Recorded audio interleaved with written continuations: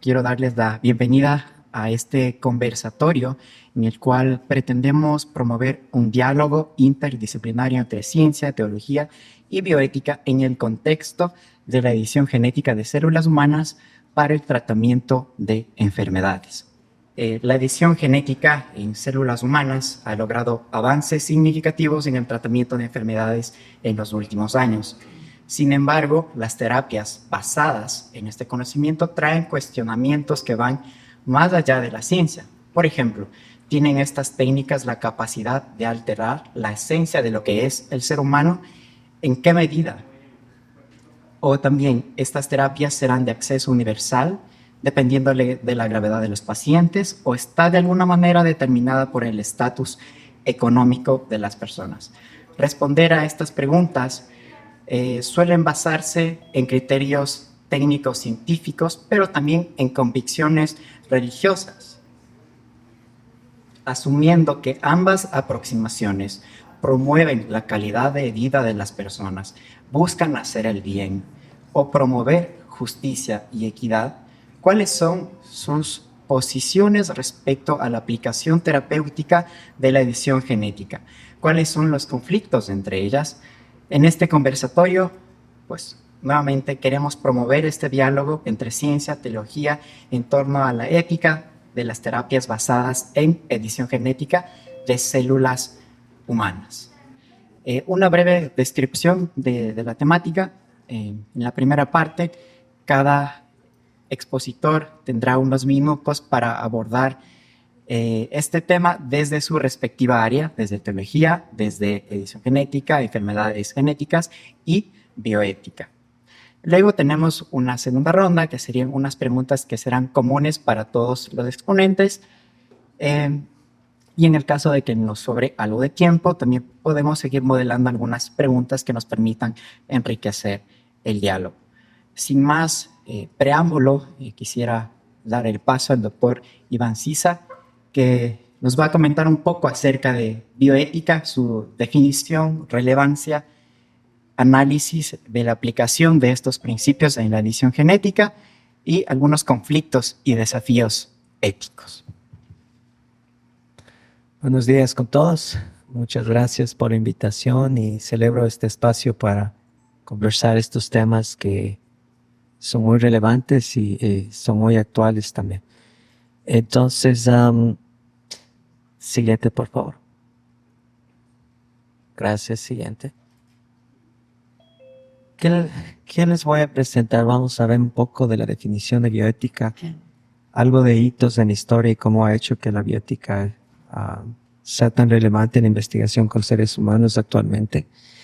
Luego hablaremos de la edición génica y terminaré con conflictos y desafíos presentes con la edición génica. El término de bioética ha tenido un largo recorrido desde 1927 con este teólogo alemán Fritz Carr. Es la primera vez que se tiene registro de este término de bioética. Sin embargo, hasta 1971 es donde este investigador bioquímico americano Porter promueve ya este término por primera vez en lo que va a convertirse actualmente.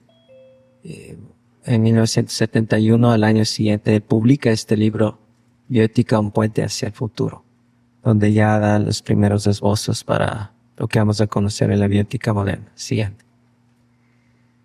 Y aquí está cómo él concilió en ese entonces a la bioética como una disciplina para ayudar a la humanidad en dirección a una participación más racional, más cautelosa en el proceso de la evolución biológica y cultural. Incluso él proponía un término donde agrupe tanto a la parte humana, a los animales y a las plantas, algo bastante integral en ese entonces. Y esto de la ética debe representar el conocimiento de los valores humanos o la parte que conocemos como la moral. Siguiente. Luego tenemos a un médico holandés, migrante en los Estados Unidos, ginecólogo, especialista en fisiología fetal, André Hellegers, donde él hace que el término bioética se discuta más a fondo en los términos académicos, crea este instituto, el Instituto Kennedy para la bioética, albergado en la Universidad de Georgetown en Washington, D.C., y es donde la parte bioética cada vez empieza a terminarse en el área académica. Siguiente. Definir bioética tiene varias definiciones. Sin embargo, la gran mayoría de la comunidad académica está de acuerdo que bioética es ser ético y moral cuando uno realiza investigaciones en torno a ciencias de la vida. Viene de estas dos palabras griegas, bio, vida, y ethos, el comportamiento, la parte moral, los valores que cada sociedad o cultura entiende con relación a los seres humanos. Siguiente, por favor. Un poco de hitos históricos, porque es importante saber cómo ha ido evolucionando y cómo se han dado las regulaciones de lo que conocemos hoy en la bioética, especialmente a la hora de hacer investigación en seres humanos. Hasta 1950, la revisión de un protocolo, que es un documento donde se plasma todo lo que se va a realizar en una investigación, no era un requisito, básicamente, que sea realizado por un cuerpo colegiado, lo que conocemos un comité de ética o un IRB en términos anglosajones. Estos principios éticos, como ya mencioné, no eran aplicados de forma uniforme e incluso tampoco aceptados. Tanto en investigaciones biomédicas con animales, seres humanos, y también en términos de ciencias sociales. Siguiente, por favor. Les voy a presentar 3 casos que son emblemáticos cuando hablamos de la historia de investigación en seres humanos y que han dado paso a regulaciones y la construcción en bioética actual. Un clic. Ahí tenemos este estudio de la hepatitis de Willowbrook, donde a niños con discapacidad mental, retardados mentales, se les inoculó deliberadamente hepatitis B para poder estudiar esta enfermedad que no se tenía mayor conocimiento. Aquí se violó el principio de la autonomía, ¿no es cierto? Y también los padres fueron coercionados para que sus hijos participen en esta investigación, al decirles que si no aceptaban que participen, no podían estar en el centro cuidados y tenían que llevarse a la casa. Siguiente. Tenemos también este otro estudio del Hospital Judío de Enfermedades Crónicas de 1963, donde población vulnerable sí se les indicó que iban a participar en una investigación. Se les indicó también que se les iba a administrar células para evaluar cómo el sistema inmunológico de estas personas respondía a estas células. Lo que omitieron los investigadores es que estas células eran con cáncer, porque ellos, a su criterio, juzgaron que si utilizaban el término cáncer iban a ahuyentar a las personas y nadie iba a participar. Ese es otro de los estudios donde claramente se violaron principios éticos que ya les voy a mostrar más adelante. Siguiente. Tenemos el estudio Tuskegee, que cuando uno estudia bioética y veo a estudiantes míos del pregrado y hemos conversado en la clase de bioética, es también uno de los emblemáticos de la historia. 40 años duró este estudio. Terminó porque una reportera se enteró de este estudio y sacó un reportaje en New York Times en 1972 y el estudio paró. Era un estudio realizado en Alabama, en esta población de Tuskegee, alrededor de 300 hombres afros infectados con sífilis. Se les estudió desde 1932, 10 años después, en 1942 ya se tenía la penicilina que se probó que curaba la sífilis, pero no les dieron deliberadamente. Ocultaban esta forma de tratamiento y el fin era evaluar cómo estas personas iban progresando a lo largo del tiempo y cómo la sífilis iba afectando cada uno de sus órganos. Y ahí tenemos plasmado en los libros de medicina, de fisiopatología, cómo la sífilis tiene 3 estadios hasta terminar en la neurosífilis, con este estudio. Siguiente. Aquí tienen una línea de tiempo que no es comprensiva o exhaustiva en absoluto, pero a mi criterio da hitos importantes de cómo adicionar estos estudios o casos de estudio emblemáticos de humillaciones ha ido dando el paso a la bioética moderna que conocemos. En 1948 tenemos el Código de Nuremberg que resulta del juicio a los médicos nazis por las atrocidades que cometieron. Un clic, por favor. De ese Código de Nuremberg, del juicio, salen estos tres declaraciones, ¿no? Toda investigación debe ser con consentimiento informado y voluntario. Nadie le puede obligar a uno a participar en una investigación que no desea. El segundo, que tenga un riesgo-beneficio favorable, que los beneficios pesen más que los riesgos para participar en una investigación. Si es al revés, no es ético, no debería aceptarse o aprobarse. Y el otro, el tercero, que es el derecho a abandonar un estudio sin penalidad. Todo sujeto no puede estar obligado a ser parte de la investigación en el momento que desea abandonar. Está en su pleno derecho a hacer esto. Caminando un poco, no vamos a revisar si no se nos va el tiempo. En 1962 tenemos el estudio de la talidomida. Tal vez algunos de ustedes han escuchado, pero ese medicamento se daba en ese entonces para ayudar con los estragos del embarazo, específicamente vómito y ese tipo de malestares. En ese tiempo no era norma que los médicos debían decir a sus pacientes que primero no les cuestionaban, no tenían que dar explicaciones por qué les daban lo que les daban, y tampoco les dijeron a las mujeres embarazadas que la talidomida era un medicamento en investigación todavía, no estaba totalmente aprobado. Y la historia muestra que los hijos nacidos de estas mamás tuvieron malformaciones sin piernas, sin brazos, entonces ya uno puede leer cómo termina esto. En 1964 tenemos la Declaración de Helsinki. La Sociedad Médica Mundial saca un postulado de cómo debería hacerse las investigaciones con seres humanos. Expande lo que ya es el Código de Nuremberg en dos declaraciones importantes donde indican que el beneficio de los individuos está sobre el beneficio de la sociedad, porque uno puede decir, bueno, que sufran unos pocos porque se beneficia a toda la sociedad. Ahí estipula que no. El bienestar de un sujeto individual está sobre el beneficio de la sociedad. Y el otro es que debe darse el tratamiento estándar disponible. Uno no puede hacer investigación y dar placebo, algo que no tenga efecto, si está disponible. Debe darse el mejor tratamiento disponible al momento a la hora de hacer investigación si se va a probar un nuevo medicamento o intervención. Voy a saltarme hasta 1974, donde ustedes pueden ya ver estos casos, el de Tuskegee, el de Willowbrook en el Hospital Judío, la talidomida y otros escándalos más, hicieron que en 1974 el Senado en los Estados Unidos promulgue una ley nacional de investigación. Y esto va a dar paso a la conformación de un comité donde va a definir por primera vez los criterios que conocemos,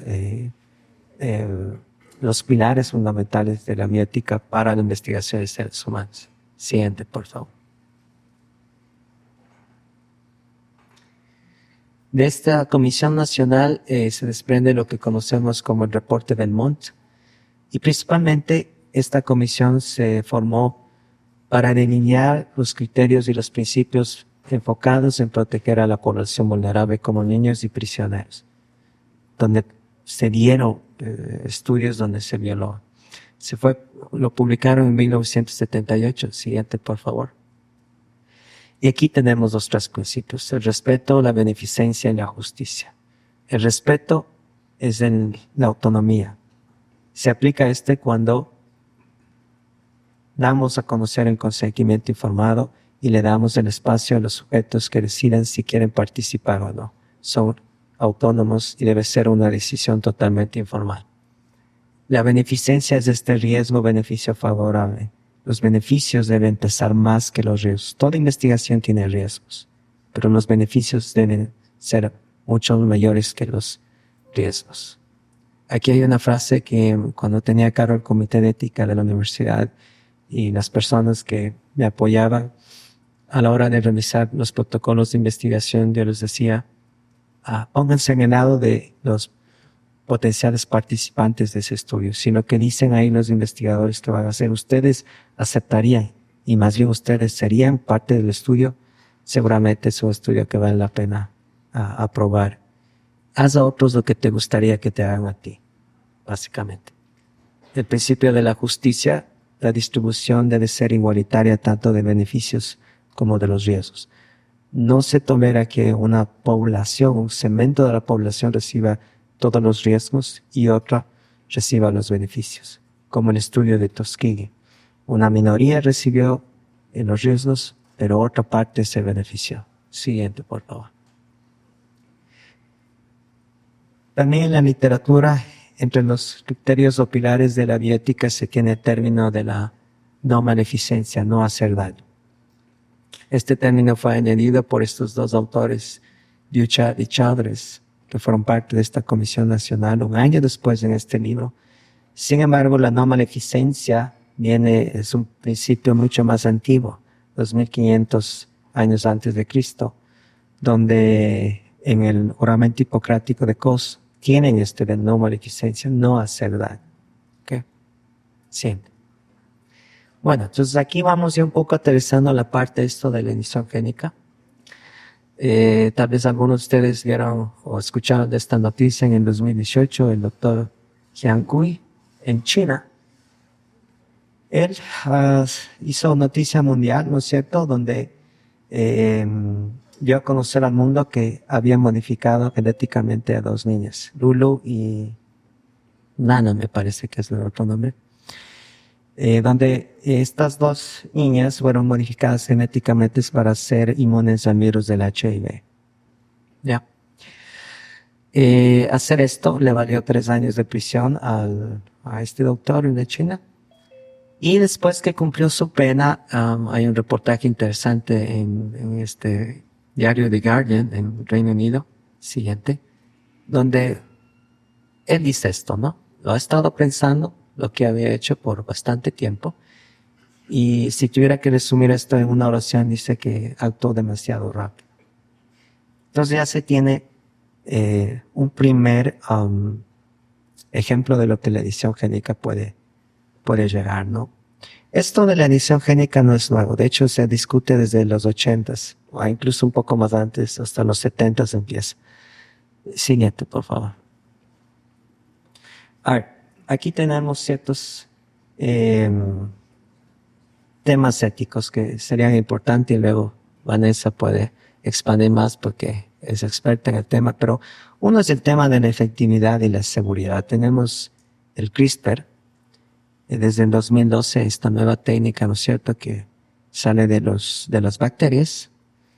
Y la idea, voy a resumirla, de nuevo, yo no soy experto, pero es poder tomar parte del ADN, cortar un espacio o un gen, si es defectuoso, reemplazarlo, y va en ese sentido en forma resumida. Puede ser que resulte en la reparación de una célula y no pase, al parecer no pase mucho, aparte que gane eso y se repare. Pero lo otro es que el riesgo que tenemos con esta técnica es de mutaciones imprevistas, o como en el término inglés es off-target effects, que no se tiene conocimiento pleno de todas estas mutaciones imprevistas que pueden pasar. Hay otras dos técnicas que anteceden al CRISPR, pero CRISPR se volvió popular porque es barato. A diferencia de esas dos técnicas, es más efectivo, es bastante accesible. Ya. Sin embargo, tenemos estas vulnerabilidades todavía que hay que estar seguros y estudiarlas completamente. Y otro término que es el mosaicismo. Tú me dirás, me lo van a explicar mejor, pero alguien puede nacer y puede tener dos células, una reparada y otra con el defecto. Términos generales. Siguiente. El otro dilema es cuáles células vamos a usar. ¿Ya? Por un lado tenemos, a ver si me sirve mi puntero, solo lo traje solo para pasear. Ya, entonces, por un lado tenemos las células somáticas, ¿no? Que son células que pueden derivar de cualquier tejido del cuerpo. Si utilizamos esas células, el único no se pasa a la siguiente generación, se queda con el individuo. Si se repara algo, se queda con el individuo. Luego tenemos las células embrionarias o pluripotenciales, las stem cells como las conocemos, que puede también quedarse con el individuo, pero puede pasarse a la siguiente generación, ¿no es cierto? Y la otra es la línea germinal, donde si hacemos un cambio de ese nivel, va a pasarse a la siguiente generación. Entonces ese es el dilema. Hoy por hoy hay algunas asociaciones que está bastante claro que hacer investigación a este nivel de la línea germinal está totalmente prohibido. Hay una convención de Oviedo, en su artículo 13, si no estoy mal, donde claramente dice que esto no es aceptable. No todos los países han firmado, ratificado esto, pero tenemos esta convención. Siguiente, por favor. A ver, ¿por qué vamos a hacer edición génica? Lo primero es para curar o prevenir una enfermedad. ¿Ok? Esa es la primera razón. Lo segundo, y ahí es donde hay el mayor debate, ¿no es cierto? Vamos a hacer edición génica para cambiar, modificar una característica del ser humano, algo que no es una enfermedad, ¿ya?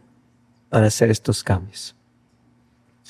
Otras cuestiones éticas que voy a dejar en la mesa para poder discutir es la imposibilidad de consentir el embrión o las futuras generaciones. Los padres deberían autorizar si se hace estos cambios a nivel del embrión, pero en ese momento pierde la capacidad de este ser humano potencial de consentir, y luego las futuras generaciones. De nuevo, no sabemos qué implicaciones tiene. Entonces, si no tuvimos la capacidad de decidir en ese momento, perdemos eso. Lo otro es la apertura a prácticas eugenésicas. ¿Qué es esto del eugenismo? Que nació a inicios de 1910-20 con Francis Galton, primo de Darwin. Y la eugenesia lo que dice es la ciencia del buen nacer. Y eso dio paso a las creencias nazis y todo lo que vino con el Holocausto. Aplicando leyes genéticas, ser capaces de deshacernos de los incapacitados, de los seres humanos que no les sirven para la sociedad. El otro tema bioético que estaría afectándose es la justicia y la accesibilidad. ¿Quién va a recibir este beneficio?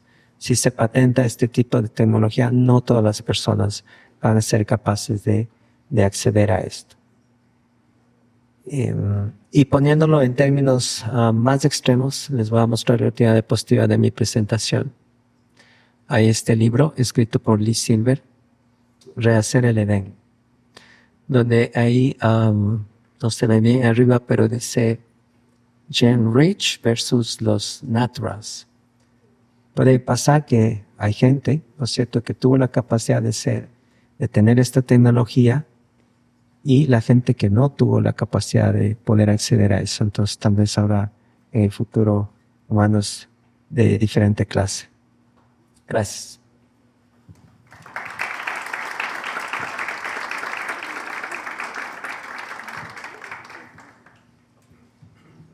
Muchas gracias, doctor Iván.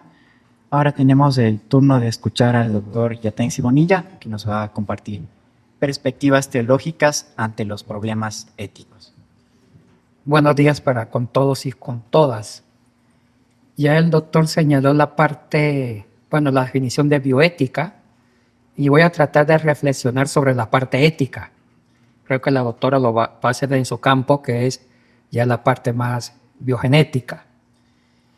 Siguiendo por la misma línea, el tema de la bioética nace con este bioquímico, Van Potter, hacia 1970, y es muy interesante que él estaba preocupado en sus investigaciones científicas que siempre la biogenética permitía la manipulación, la investigación científica. Llegó un momento que él se detuvo, como que se eclipsó y dijo: ¿qué estamos haciendo?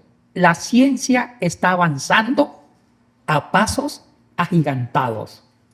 Pero el tema es que la moral y la ética se quedó rezagada. Y dijo él, voy a detener mis experimentos científicos para escribir, ahondar en el campo de los valores. Es por eso que él escribe, ahonda sobre la ética, colocar valores en el desarrollo biogenético. Interesante la preocupación de un científico. Y mire que la bioética nace más en la preocupación científica que en los propios humanistas o en la propia religión, sea católica o sea cristiana o islámica, la que sea. Ahora, hay que reflexionar que el ser humano, la vida humana no solamente es ciencia, es genética, es biogenética, es la parte fisiológica, es la parte material. También entra el sentido de la vida. Y el sentido de la vida lo maneja las ciencias humanísticas para complementar qué significa el valor humano. Es por eso que quiero dar una reflexión más hacia la ética. La ética, y quiero hacer una aclaración aquí muy sustancial, no sé si están de acuerdo aquí conmigo los expositores, quiero diferenciar el término entre moral y ética. Para mí no hay diferencia, por una simple razón. El término ética, o la palabra ética, nace de la filosofía griega, específicamente con Aristóteles, con su libro de Ética Nicómaco, que es la palabra ethos. Ethos, que significa en griego norma, qué sé yo, principio. Y el término moral es una réplica de parte de los filósofos latinos, romanos, en contra de los griegos. Nace con Cicerón en su famoso libro De Factus, o sea, de hecho. Y él inventa la palabra mos para referirse a la palabra ética griega, como una forma de pelea. Digo, si los griegos inventaron ethos, que se refiere norma, valor, yo voy a inventar mos, que también significa lo mismo. Ética, valor, lo que sea. Entonces, en el origen mismo de los dos términos no hay diferencia. No hay diferencia. Actualmente hemos hecho una diferencia que yo no la entiendo. Créanlo. Entre más investigo esto, menos entiendo la diferencia entre la ética y la moral, porque muchos dicen que la bioética está en el campo de la moral, otros dicen en el discurso filosófico de la ética. Para mí no hay distinción y esto es algo que no quiero tampoco ahondar. Ahora, en este tema de la biogenética o de la bioética, es complicado establecer límites éticos en el desarrollo de la ciencia. Es muy complicado. Y depende la visión ética que se tenga. Es por eso que la ética es una ciencia y complicada. En todas las carreras, facultades, en todas las disciplinas se enseña ética. Ética médica. Hay hasta los abogados, en ellas también se estudia ética. En todas las disciplinas, porque la ética nos enseña los valores y también enseña al ser humano hasta autoproyectarse en la vida con ciertos límites, con ciertos valores, para no destruir los valores o la libertad de los otros. Ahora, hay varios sistemas éticos. La bioética puede diferenciarse entre un país islámico con un país occidental o un país tercermundista. Una cosa es la bioética que se traza en Alemania, otra cosa es la bioética que se va configurando en Estados Unidos y otra cosa es la bioética que hacemos aquí en el Ecuador. ¿Por qué? Porque el tema de la ética es a veces la visión de la moral o del valor es circunstancial dependiendo de los efectos políticos. La política también determina la concepción de la ética, la antropología, la psicología, la cultura y la religión. Siempre la religión modifica la ética. Entonces siempre se habla de varios sistemas éticos. Hay una ética que la Iglesia Católica la usa mucho para la bioética católica romana, que es la ley natural. Es por eso que la bioética católica romana, en su magisterio, es muy conservadora en el desarrollo en la bioética misma. Tiene muchas prohibiciones. No están de acuerdo con la manipulación de embriones, no están de acuerdo con el tema de la eutanasia, que comentaba el doctor, ni menos con la eugenesia, control de calidad, tampoco con la clonación y no se diga con las terapias abortivas. No están de acuerdo con el aborto eugenésico, el aborto terapéutico o el aborto cuando la mamá tiene un problema de desorden mental. ¿Por qué la Iglesia Católica en la elaboración de su bioética es tan conservadora? Porque su sistema ético depende de una ética que se llama la ley natural. Ustedes saben que la ley natural nació con la filosofía griega, un poquito con los presocráticos, pero más estrictamente con Platón y Aristóteles, en su libro La Ética Nicómaco de Aristóteles, donde dice, toda conducta humana debe ajustarse al desarrollo de las leyes de la naturaleza. Cuando una conducta humana va en contra o altera la ley o las leyes de la naturaleza que rige, ya es un absurdo moral o ético. Es por eso que ciertas escuelas filosóficas griegas prohibían inclusive el homosexualismo, prohíben el aborto, aunque también otras escuelas griegas estaban a favor del aborto, como los hedonistas. Entonces, toda conducta humana debe ajustarse al origen, al desarrollo de todo principio vital de la vida. Es por eso que Santo Tomás de Aquino en el siglo XIII es el padre de la ética católica romana que se llamó la ley natural. Toda conducta moral o ética que altere las leyes que rigen la santa madre naturaleza es una aberración. Por eso es que ustedes van a entender por qué el catolicismo romano hasta el día de hoy le cuesta trabajo de crear una bioética más abierta para permitir ciertos experimentos biogenéticos. Ellos dicen, si estos experimentos tienen alteración genética que ponen en riesgo la vida humana, abominable. Se descarta. Todo aborto, ya sea eugenésico, control de calidad, o sea terapéutico, porque la madre está asustada, la niña quedó embarazada, tiene 15 años y no está lista emocionalmente para un embarazo, se usa la figura de un aborto terapéutico para buscar la salud psicoemocional de la niña. Entonces la Iglesia Católica dice, no, esto va en contra de los principios de la naturaleza, el derecho a la vida. Entonces, hay que cuestionar cuál es la estructura ética que va creando una bioética. Depende mucho de la cultura, el país, la economía, la religión. En cambio, hay sistemas éticos más atrevidos, bueno, no digo atrevidos, liberales, como el utilitarismo, que nace en el siglo XVIII, el siglo XIX, con dos economistas, abogados ingleses, que dicen, bueno, toda ética o toda conducta humana debe buscar la utilidad de la mayoría de la sociedad. Un ejemplo, hablemos de la eugenesia, como pasó con el primo hermano de Charles Darwin. Sí, en una sociedad hay tendencia de la famosa trisomía 21, es la tendencia que muchos niños tengan este síndrome. ¿Para qué tenemos elementos en la sociedad con problemas mentales o fisiológicos? Mejor control de natalidad. Vamos a crear una ética donde el Estado despenalice el aborto y se crea el aborto eugenésico. Toda malformación de un embrión o de un feto, la madre tiene derecho a acogerse al aborto eugenésico, control de calidad.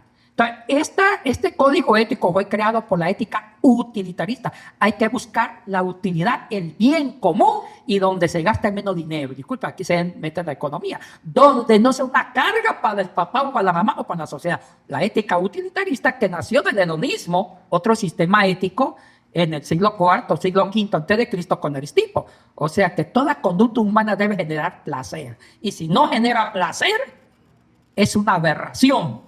Interesante. Y el hedonismo fue usado como base para fundamentar el utilitarismo. Entonces, puede haber una bioética que permita, esta bioética utilitarista permite el avance, el desarrollo, las investigaciones científicas, porque buscan la utilidad de la investigación, aunque haya cierto prejuicio, cierto daño, pero en el fondo va a primar la utilidad de la investigación para la sociedad. Y también el utilitarismo está relacionado con la economía de las grandes farmacologías, las grandes empresas que fabrican medicina. La utilidad económica, la ética utilitarista. Bueno, yo estoy solamente describiendo muchos sistemas éticos para que ustedes lo usen para la reflexión. O sea, no toda bioética es uniformada.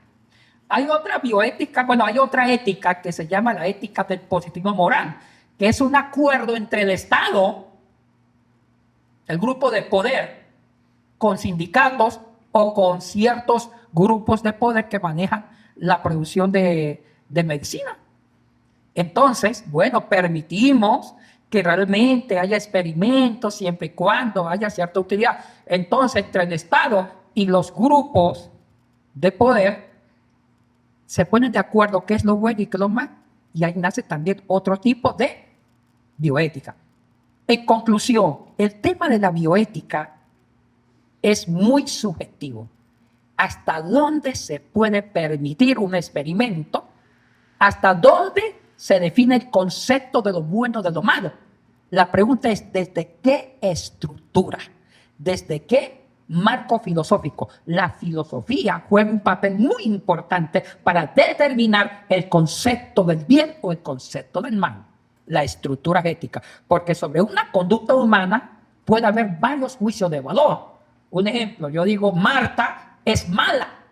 Para yo emitir esa opinión de que Marta es mala, la pregunta es desde qué estructura yo estoy definiendo el tema de maldad.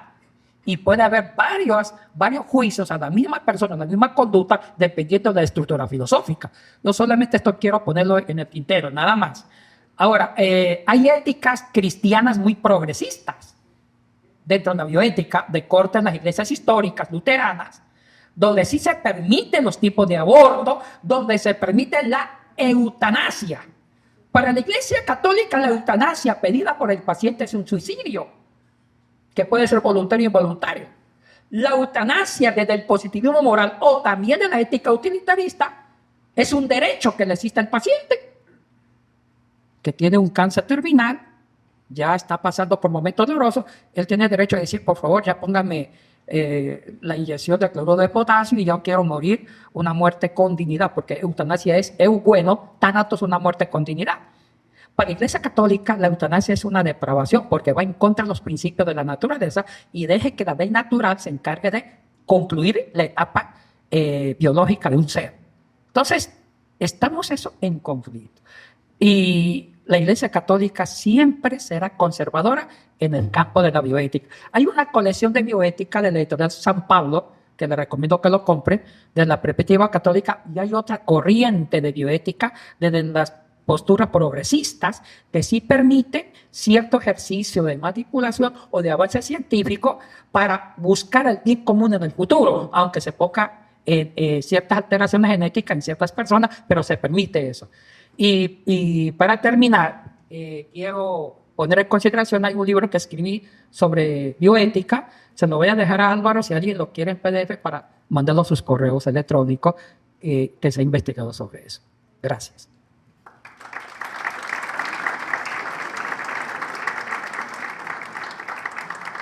Muchas gracias, doctor. A continuación tenemos a la doctora Vanessa, que nos va a comentar un poco sobre enfermedades raras, cómo la edición genética puede cambiar el panorama de estas enfermedades. Bueno, voy a comenzar con 3 pequeñas aclaraciones. Primero, la palabra biogenética no existe.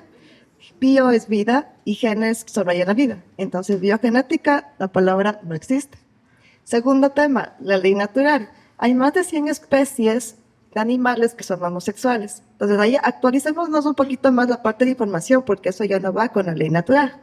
Y tercero, no puede existir un país con una mayor tendencia hereditaria de síndrome de Down porque eso se da debido a que los ovocitos primarios están más viejos, digámoslo así. Entonces, no rehúse eso como un ejemplo porque lamentablemente no es una enfermedad hereditaria. Puede usar cualquiera de las enfermedades mendelianas, son más de 16.000. Tenemos fibrosis quística, fenilcetonuria, galactosemia y todas las enfermedades, errores innatos de metabolismo. Entonces, solo para eso, porque es un término que está, hay un ejemplo que tal vez no era para el momento. Pero bueno, dejando eso de lado, dos cosas puntuales. Yo voy a dar mi opinión, bueno, como médico e investigador. Solo les voy a indicar que en mi laboratorio no hacemos edición genética en personas ni nada de eso, solo para que sepan. Y desde mi punto de vista como médico e investigador, yo me rijo a las leyes del país. Como se menciona, aquí en el país no se deja, no existe la parte de edición genética, no se deja realizar en humanos, entonces no lo realizamos. Y de ahí voy a hablar mi opinión personal y lo que es mi visión de futuro. Y es que la edición genética va a pasar. ¿Cuándo? No sé. Tal vez no para que yo lo vea, tal vez para que los chicos que estén aquí en la universidad lo vean. Lamentablemente no creo que logremos llegar hasta eso. Y más o menos se dividiría en tres partes. La una que es terapéutica, enfermedades mendelianas. ¿Qué son enfermedades mendelianas? Se daña un gen que produce una proteína y eso te da una enfermedad. Entonces, si cambio este gen que está dañado, que solo sería uno, le cambio a la vida al paciente, no tendría la enfermedad. ¿Y cómo serían esas enfermedades? Como les menciono, son enfermedades un poquito que llaman raras, son más de 16.000. Y van condiciones, por ejemplo, fibrosis quística, que son daños en los pulmones, algunas que desde que ya naces tienes discapacidad intelectual, algunas que son tan severas que de los hijitos, bueno, tenemos pacientes que niñitos de 14, 15 años tienen que estar con casco porque se golpean contra las paredes. Niños que se muerden los labios hasta romperse los labios y las lenguas también, entonces tienen que estar con tipos bozales. Hay muchísimas de esas enfermedades. Entonces, pienso que desde un punto de vista ético, en algún punto, ese riesgo es menor a lo que es el beneficio. El beneficio va a ser mayor. Y en un punto vamos a tener que cambiar eso. O sea, se va a hacer. ¿Qué se va a hacer? Se va a hacer. A excepción de que nos volvamos, aunque volvamos a una época medieval, que creo que esperemos que no pase, pero se va a avanzar de esa forma. Entonces es esto, porque pienso que todos estamos de acuerdo en que si podemos cambiar un gen y que la persona nazca sana, que tenga todas sus habilidades, es algo bueno. Creo que todos lo pensamos así. Segundo, la parte que yo le llamaré una edición genética estética. ¿A qué me refiero? Vea, doctora, quiero que mi hijo tenga ojos verdes en lugar de ojos cafés. Bacán. Un gen, se cambia. ¿Cuál gen? El OK1, el OK1, el OK5, se cambia. Es un gen. Ok, quiero que mi hijo sea un poco más alto. Ok, hay algunos genes que se cambian. Bacán. Es más estético. No te estoy cambiando nada, o sea, no vas a ser tú mejor que nadie más. Simplemente son cositas puntuales que te estoy cambiando. Y la tercera que se llama los enhancements. ¿Qué es un enhancement? Ok. Hay una película que me encanta, que es viejita, que se llama Gattaca, que es con Uma Thurman, que ahí se ve un mundo en el cual se logró hacer edición genética y sí, tiene muchas restricciones. Sí es cierto que hay unas personas que son más aptas que otras. Básicamente naces, te leen tu código genético y te dicen, mira, tú no vas a ser un CEO de una compañía, tú andas a limpiar vidrios. Y sí, es un futuro distópico, es complejo. Y me parece muy interesante, hay una parte en esa película que está un violinista tocando una canción. Y por alguna forma, uno de los actores le dice, sí, yo puedo tocar esa canción. Y le dice, es imposible que tú puedas tocar esa canción. Eso solo se toca si tienes 12 dedos. Y era literal, el violinista tenía un dedo más.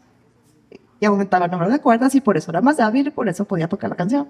Entonces, esa es la distopia que puede llegar a ser la edición genética, sí. Que solo algunos grupos vayan a tener acceso, ahí depende mucho. Yo pienso que ahora y de nosotros. Si yo tengo una sola compañía a nivel mundial que hace edición genética, si soy la única y soy un monopolio, cobro lo que a mí se me da la gana. Si tenemos leyes que permitan que eso se haga más accesible a más personas, entonces ya no va a ser tan caro y todos lo vamos a poder tener. Sí, yo sé que es un poquito fantasioso en ese sentido, pero bueno, digamos que es más fácil si hay más opciones. ¿Qué más viene desde ese mismo lado? Las ventajas que nosotros damos a nuestras siguientes generaciones porque quiero que sean mejor. ¿Por qué están aquí los chicos en la San Francisco? ¿Por qué están estudiando en la San Francisco? Porque es la número uno del país, ¿verdad? Tú quieres lo mejor para tus hijos y le pones en un mejor colegio y le pones en una mejor universidad. ¿No quieres también darle una ventaja desde ese nivel? Si todos están yendo a la escuela y tú sabes que todos están editados genéticamente para una u otra cosa, ¿también no quieres también ese beneficio para tus hijos? Porque el juego mundial es sucio y por lo menos darle las mejores herramientas. Entonces, desde esos son los enhancements. Si es compleja la parte de enhancements, hemos conversado un poquito en las clases que yo doy de genética. Digamos, yo soy música y quiero que a mi hijo le encante la música y le pongo estos 12 dedos. Y mi hijo nace y odia la música. Entonces, ahí viene también en conjunto esta parte de que sí es cierto que yo tal vez pueda dictar genéticamente a mi hijo, pero tengo que dejarle que sea lo que quiera. Que también si lo pensamos ahora es, por ejemplo, padres médicos que quieren hijos médicos y les meten a los hijos en medicina y odian medicina. También puedo ser de una persona tan cerrada que quiero que mi hijo haga lo que yo quiero. Y entraría en lo mismo, sino desde un punto de vista que en uno le editaste y en el otro no. Entonces, es complejo, como les menciono, yo me rico las leyes actuales para que no me caiga el comité de ética, pero a futuro va a pasar, querramos o no querramos. Porque yo no les estoy diciendo a ustedes que tal vez se sientan incómodos con este tema, que sean los que editan genéticamente. Pero una persona en Estados Unidos, en China, en Rusia, diga, no, yo sí quiero avanzar, y él lo haga. Y la ciencia tiene que avanzar, o sea, las leyes también tienen que avanzar en conjunto de cómo avanza la ciencia. Lamentablemente, o sea, esperemos que no pongan tantas restricciones, que se haga todo de la forma ética, que las personas estén, que tú aceptes participar en esto y se sigan todas las normas, que eso es lo que no queremos que usen países en vías de desarrollo, que algunas veces pasa eso, pero va a avanzar y tenemos que hacer reglas también en conjunto con eso, porque también, ¿qué pasó con la primera edición genética? O sea, ¿cuál era la forma en la que este investigador se escudaba y decía, no, yo no rompí reglas, porque no había reglas? Entonces también ahí es la parte de que la ciencia también tiene que estar de mano con las leyes. Y bueno, y gracias a Dios, la iglesia no está ahí. Entonces, si yo soy un investigador que voy a cubrir todo lo que son mis leyes éticas, voy a hacer mi consentimiento informado, voy a hacer todo esto y todo va a estar de acuerdo a las leyes, yo no necesito la bendición de cura. Entonces, se va a poder hacer. Entonces, también recordemos que la religión no está metida en lo que es política y no está metida en lo que es ciencia. Muchas gracias.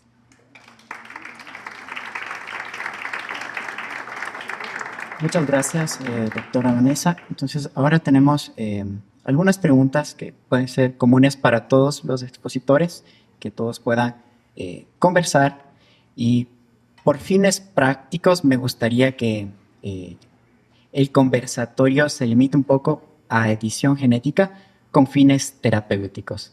Es decir, el tratamiento de una enfermedad en particular. Y quisiera empezar justamente con eso. El doctor Yatensi mencionaba hace unos minutos varias cosmovisiones, varias posturas bioéticas. Quisiera hacer dos preguntas. ¿Cuál sería la postura cristiana de bioética? Y en el caso de la edición genética, que no produce otra enfermedad adicional, al contrario, quiere darle un beneficio a esta persona, ¿cuál sería esa postura? Bueno, una aclaración. Nunca he pensado que la religión deba controlar. No, o sea, tampoco podemos materializar la vida humana y reducir la existencia humana solamente en el campo de la medicina o de la genética. No, la vida humana va más allá. Entran muchas disciplinas. El concepto de ver la vida desde la ciencia humanística da luz de cómo debe comportarse en las investigaciones. Independiente de las religiones. A veces también la religión es un peligro, porque puede dogmatizar ciertas actitudes, ciertas conductas y pueden empobrecer la investigación científica. Y yendo más a la pregunta, la bioética no es una ciencia exacta. Es una ciencia más que se traza desde las ciencias humanísticas, desde la ética, que da pautas, más no dogmatiza la investigación, sino que da orientación, da ciertas pautas para que también el científico sepa hasta dónde puede avanzar.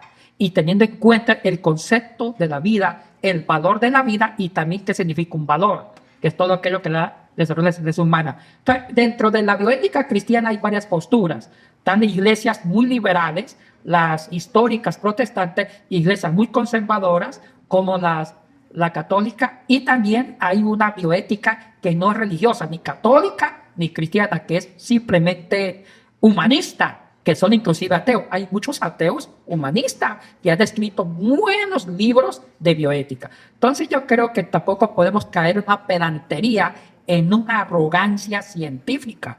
También el científico necesita de valores para endulzar y embellecer el significado de la existencia.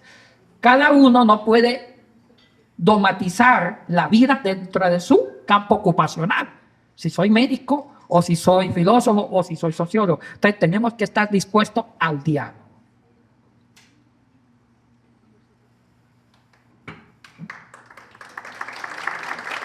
No sé si alguno de los otros expositores quiere agregar algo a esta respuesta. O podemos pasar a otra pregunta. A ver, solo para comentar un poco, yo estoy de acuerdo en que hay mucho sufrimiento en el mundo de estas enfermedades, básicamente. Entonces, leí alguna estadística, hay como 200 millones de personas sufriendo de enfermedades genéticas. Y como dijo Vanessa, si se cambia un gen, se puede curar, se puede aliviar ese sufrimiento. Entonces, no creo que es bueno, porque la ciencia nos da herramientas para ayudar a cuidar la salud y la vida de las personas. Pero debe tener límites, ¿no? Entonces, todo debe tener límites, porque si no hay límites, lamentablemente los seres humanos vamos a los extremos. Y lo vemos en el mundo actual que vivimos con tanto caos. Y si no hay límites, eso se puede tergiversar. Bueno, yo también ya creo que hablé bastante de la parte de terapéutica, pero sí, es complejo también en la parte de avance, como bien, bueno, una parte de lo que me llamaba el mosaicismo, Iván. ¿Qué es mosaicismo? Entonces, nosotros nacemos de un óvulo y de un esperma. Entonces, las células se dividen. Entonces, pensamos que cuando somos 4 células, la una muta, ¿sí? Ya no es diferente a las otras 3. Y solo esa línea es como que la mutante. Eso es lo que pasó con estas niñas. El 100% de su cuerpo no está editado genéticamente. En la una me parece que es el 75%, de la otra es menos del 20%, algo así, la verdad no me tomen ni como referencia. Es un problema. Entonces, ¿cuáles son de las cosas que yo también veo que es complejo? Porque ¿en quién vamos a tener que seguir editando genéticamente? Es en humanos.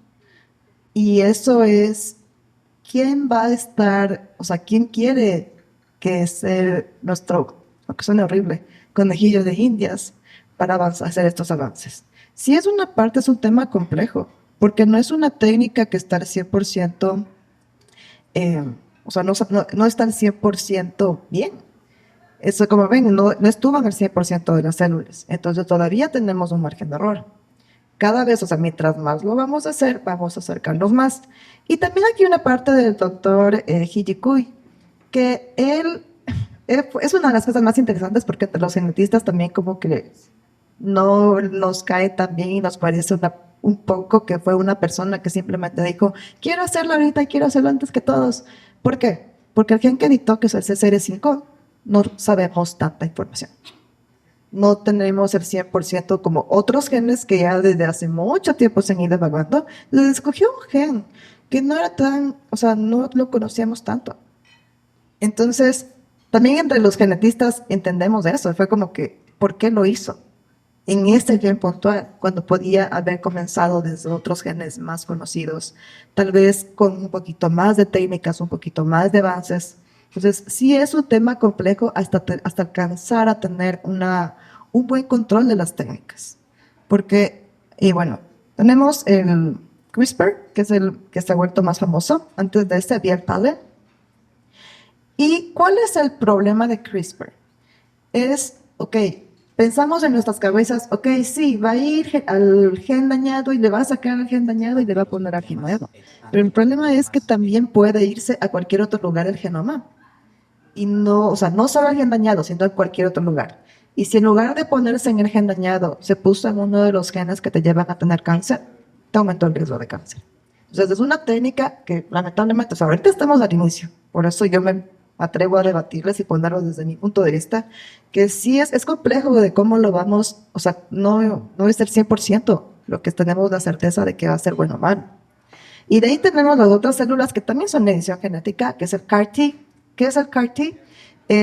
Yo tengo, les voy a dar un ejemplo muy simplificado. Voy a coger tus células del sistema inmune, les voy a editar para que puedan reconocer un receptor, que son más o menos de las células de ciertos tipos de cáncer, y te voy a volver a poner a ti para que tus células propias del sistema inmune vayan a atacar a esas células de cáncer. Ese es el CAR-T. Es edición genética. Si alguno de ustedes tuviera alguna de estas leucemias o linfomas, que yo literalmente solo te saco las células, las edito y te las vuelvo a poner, ¿quién quiere? ¿Me quiere librarse de un cáncer con edición genética? Entonces, es otra forma de edición genética que no es solo la que vemos en embriones y también es terapéutica. Entonces, también ahí está otra forma de edición genética de nuestras propias células. Entonces, son diferentes tecnologías que van avanzando. No piensen que solo CRISPR es la única. Hay otras que también ya se van, desde aquí tenemos, no creo que está aquí Juanca, pero un propio profesor aquí con quien hacemos CRISPR y él también ha estado avanzando en otro tipo de edición genética, que no me acuerdo el nombre ahorita, perdón, pero actúa como un sniper, que literal no va a todo el gen dañado, va literal a la base dañada y le cambia. Entonces ya es muchísimo más puntual, muchísimo más efectiva porque ya no tienes que cortar nada, solo es una base que vas cambiando. Entonces, ese es el avance que va teniendo. Y como les mencionaba, depende de cuánto tiempo, o sea, de cuántos lugares podamos hacerlo, de cuánto nos permitan la parte de edición. O sea, sí depende también mucho de eso. Y como les decía, también va a ir del lado de la parte de costos. En algún punto esperamos que se baje estos precios porque, créanme, en enfermedades genéticas, como muy pocas personas lo tienen, las farmacéuticas les gusta aumentar los precios para tratar un paciente con un Gaucher, no Gaucher, bueno, sí, bueno, un Gaucher, un Pompe, cuesta de $300,000 a $600,000 al año la medicación. Y no sé cuántos de aquí tenemos $300,000 de sobra para darle a alguien que esté enfermo de esa forma. Eso. Muchas gracias.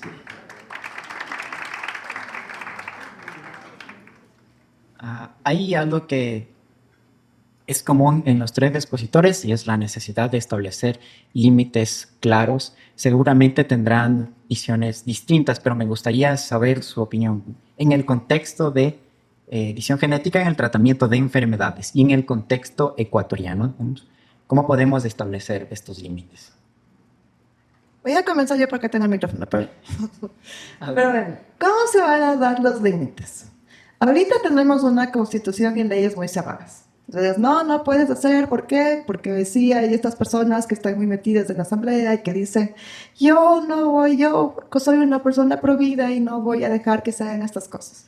Tienes que ir cambiando, tienes que tener personas que te asesoren, porque si dices de eso es porque literal no conoces bien la parte de ciencia. Entonces sí tiene que cambiar con la parte de la política. Avances deben ir en conjunto con lo que es consentimiento informado y con un comité de ética que lo evalúe.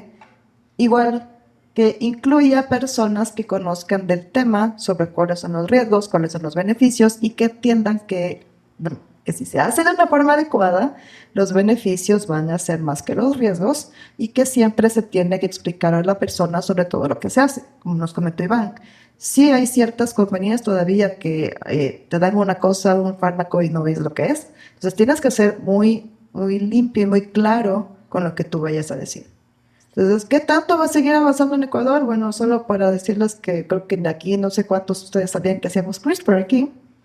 Entonces ahí, desde ahí nace, o sea, casi nadie sabe que estamos haciendo estas cosas aquí. ¿Por qué? Porque, bueno, ya se viene otra cosa muy compleja que es reactivos caros, no llegan todas las cosas, no tenemos todos los instrumentos, laboratorios y todas esas otras cosas. Pero mientras se vaya a seguir avanzando, pienso que también en países como nosotros podemos también avanzar la ciencia, ¿sí? En Ecuador la parte de implementación todavía está lejos. En otros países sí han aceptado más, sí hay terapias génicas para otras cosas, no solo, bueno, no cambiando la parte embriónica, pero desde otros lados sí. Entonces pienso que se va a seguir avanzando y como menciono, si se sigue la parte del comité de ética bien establecido, se va a lograr continuar la ciencia de una forma positiva. Y también evitando, como mencionaba, esto de que nos tratan a veces a los países en vías de desarrollo como sus ratas de laboratorio y mandan acá y que aquí pase, o que van a África y hacen lo mismo, y cuando ya las personas, o sea, cuando ya pasa alguna cosa fea, ahí es cuando salen las noticias. Entonces, siempre hay que tener estas partes de comités de ética y, bueno, sí, eso básicamente. Gracias, Vanessa. Una aclaración, yo soy Provida y algo entiendo de ciencia también, ¿sí? Entonces, para responder la pregunta de Álvaro, y concuerdo con lo que dice Vanessa, Ecuador va a demorar mucho. ¿Y por qué es esto? Porque las regulaciones bioéticas hasta, no sé, en los últimos 5 o 8 años en Ecuador se ha ido al extremo, básicamente, en no crear un ambiente amigable para la investigación. Hay algunos ejemplos, con Vanessa en el comité de ética hemos sufrido por eso de ambos lados, estando al lado de que aprueba o estando al lado de que es investigador y hay algunas anécdotas interesantes sobre eso con Vanessa. Pero en Ecuador va a demorar. Es así, y ¿por qué se explica esto? Es porque hace 15, 20 años y un poco más, aquí venían y hacían lo que querían, básicamente. Hay muchas violaciones éticas. Creo que de lo más sonado en el país, en los guaraníes, que tomaban muestras, se llevaban para afuera. Y eso hizo que se vaya al otro extremo. Entonces, va a tomar tiempo, básicamente. No sé cuánto, honestamente. Creo que ya estamos de acuerdo en que es bueno el tema. Si puedo yo ayudar con una de estas enfermedades de cambio de gen, y como Vanessa menciona, si tenemos buena información, la técnica es adecuada, ¿por qué no ayudar a una persona que tiene una enfermedad como esta, Duchenne o fibrosis quística, anemia de células falciformes? Pero lo que sí debemos estar claro es este tema. De nuevo voy a los límites y esta parte a nivel de niña germinal. Pienso yo que ahí debe pasar mucho tiempo y personalmente no estaría de acuerdo en investigaciones a ese nivel. Es mi opinión muy personal desde el lado que soy creyente también. Entonces debe haber regulaciones muy sólidas en ese sentido, porque editar a una persona a ese nivel es cambiarle. Hay cuestiones también filosóficas y en ciencia hay gente que escribe, algunos han postulado, es quitarle la dignidad a la especie humana, crear estos seres. Y como dijo Vanessa, todavía no conocemos, actualmente no conocemos, y tomando el ejemplo de estas niñas modificadas genéticamente, el mismo investigador menciona, o sea, ellos es tan hermético que no se conoce, obviamente por confidencialidad de estas niñas, pero ¿en qué pudo derivar esto? Tal vez tendrán cánceres, problemas en el corazón a futuro. De hecho, no sabemos. ¿Ya? Tiene muchas consecuencias que no podemos predecir, hay mucha incertidumbre. ¿Ya?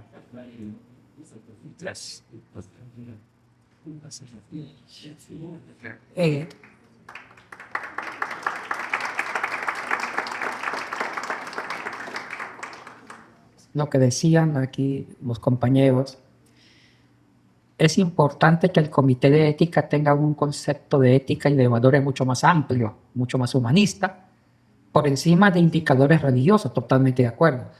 En el campo del humanismo ha habido filósofos que han creado una escala de valores, como Manuel Levinas, Martin Buber, y muchas de estas escalas de valores se han usado en ciertos países para asistir al comité de ética.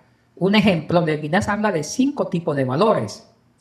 Y los 5 tipos de valores abarcan toda la totalidad del ser humano. Cuerpo, espíritu, psicología, vida emocional, etcétera, etcétera, hasta el mundo artístico. Pero el primer grupo de valores más importante es lo que tiene que ver con el cuerpo. Con el cuerpo se llama valores sensibles. Entonces, ¿qué es un valor? Ese es bueno también definir. Es todo aquello que perfecciona o da sentido a la existencia humana. Entonces, los valores sensibles son aquellos que permiten el desarrollo, el perfeccionamiento, entre comillas, del cuerpo. Entonces, si toda una investigación demuestra que el riesgo es mínimo, pero los beneficios son grandes para el desarrollo de la parte fisiológica del ser humano, se debe permitir dentro del campo de la bioética. Claro que sí.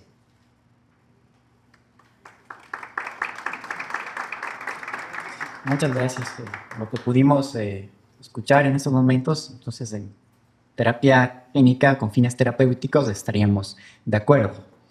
Tengo una pregunta más. No sé si doctor Yatensi y doctor Iván nos podría responder eso. También, doctora Vanessa, si desea llegar. Pero cuando hablamos de visión genética, siempre desde la parte teológica se dice mucho que estamos atentando contra la imagen de Dios o pretendemos a jugar a ser Dios. Si decimos que esta terapia es con fines terapéuticos, me gustaría saber su opinión, si esto es verdaderamente así o cómo lo interpretamos. Pero voy a decirlo solo primero. No te estoy metiendo genes de ninguna otra especie. No te estoy metiendo nada que cree alas, no te estoy metiendo nada que no sea natural y que venga de nosotros mismos. Te estoy cambiando una base por otra base. No te estoy haciendo nada diferente a lo que cualquier Dios podría haber sido. Si Dios nos hizo a su imagen y semejanza, pues yo no te estoy cambiando eso. No te estoy metiendo nada. Entonces, desde un punto de vista terapéutico, yo pienso que ahí sí se mantiene, sigue siendo imagen y semejanza de Dios, sigue existe Dios, o como quieran pensar. Gracias. Muy buena pregunta. Yo pienso que, de nuevo, es muy personal esta opinión, desde la mi creencia. Pienso que si Dios nos ha dado las herramientas para ayudar a nuestro prójimo, básicamente. Y en esa imagen podemos tener ciencia y podemos ponerlo para, de nuevo, el beneficio y ayuda de mi prójimo. No estaría mal, ¿ok? Poder dar esas herramientas y ayudar a estas personas con estas enfermedades. Lo que sí estaría mal es ir de nuevo ir a estas líneas germinales donde los cambios que se puedan hacer ahí van a transmitirse a las generaciones futuras y con consecuencias que no tenemos claras. Creo que ahí mi opinión personal es jugar a ser Dios. Si no es esto, ¿por qué no? Pienso que estaría adecuado. Ya que hice una pregunta teológica, también se la respondo. Es interesante que la lengua griega, que se inspiró para escribir varios libros y varias obras filosóficas, y también el Nuevo Testamento, que es lo que es un libro de norma de ética para el mundo cristiano, yo creo que la palabra bioética está mal. ¿Por qué? Porque en el griego existen 2 palabras que se traducen al español vida. El uno es bios, que es el que se usa, que es la vida fisiológica, biológica, la que conocemos actualmente, el hecho de estar vivo. Pero hay una palabra que es zoé. Oye, yo creo que la teología bíblica fue más de avanzada que nosotros. La palabra zoé significa mejorar los estándares de vida. La filosofía griega ya tuvo en su léxico una proyección antropológica, filosófica sobre el tema de la vida. Inventaron en su diccionario la palabra zoe. ¿Qué significa?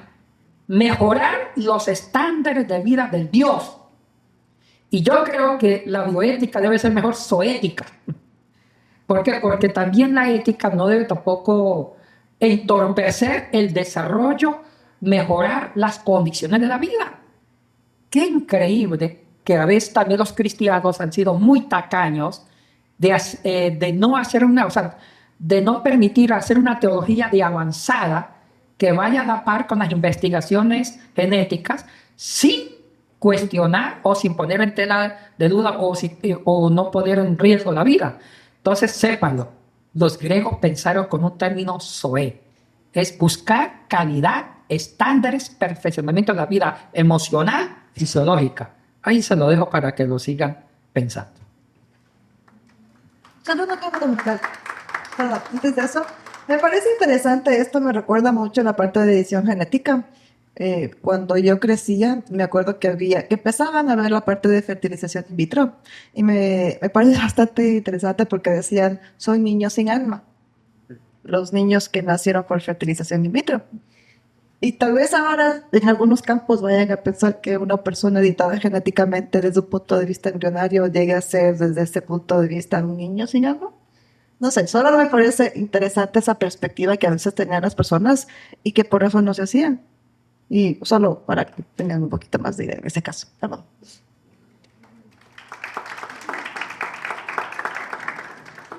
Listo, muchas gracias. Otra cosa que pudimos rescatar que es común también es, no estamos cambiando la imagen de Dios. Es algo que hemos podido escuchar y que estamos de acuerdo desde Bioética Teología. Permítame comentar algo. Mire, eso sobre los que son cristianos o somos creyentes, tenemos un concepto de Dios tan tacaño, tan mezquino, que Dios no es progresista. Es lo contrario. Si uno escucha y lee los evangelios y lee y entiende el pensamiento libre de Cristo, Cristo era un progresista en su momento.